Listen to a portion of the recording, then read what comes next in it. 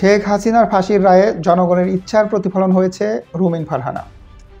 জুলাই গণ অভ্যুত্থানে সংগঠিত মানবতাবিরোধী অপরাধ মামলায় ক্ষমতাচ্যুত সাবেক প্রধানমন্ত্রী শেখ হাসিনার মৃত্যুদণ্ডের রায়ে জনগণের ইচ্ছার প্রতিফলন হয়েছে বলে মন্তব্য করেছেন বিএনপির সহ আন্তর্জাতিক বিষয়ক সম্পাদক রুমিন ফারহানা। একটি বেসরকারি টেলিভিশন চ্যানেলের টক শোতে এমন মন্তব্য করেন তিনি। রুমিন ফারহানা বলেন, কোনো বিচারের আগে যদি শর্ত থাকে তাহলে সেই বিচার নিয়ে প্রশ্ন উঠবে।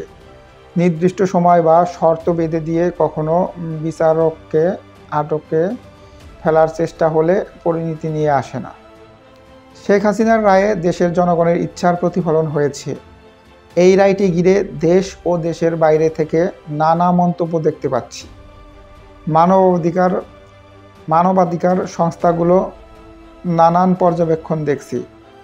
ডেভিড বার্গম্যান, যিনি খুবই সোচ্চার ছিলেন হাসিনার শাসনামলে, তিনিও হাসিনার রায় ঘিরে তার লেখা আর্টিকেলে বলেছেন, প্রসিকিউশনের হাতে শক্ত প্রমাণ ছিল। তিনি আরও বলেন, নির্বাচন ঘিরে বিচারের দৃশ্যমান তাই একমাত্র শর্ত নয়। আমরা দেখলাম বিচারের দৃশ্যমানতার পাশাপাশি পিয়ার পদ্ধতিতে নির্বাচন, গণভোটে আগে যাওয়া, এই রকম নানান রকম শর্ত জুড়ে দেওয়া হয়েছে। কেবলমাত্র আওয়ামী লীগ নয়, জাতীয় পার্টি সহ 14 দলকে নিষিদ্ধের শর্ত দেওয়া হয়েছিল। লেভেল প্লেয়িং ফিল্ডের শর্ত এসেছে।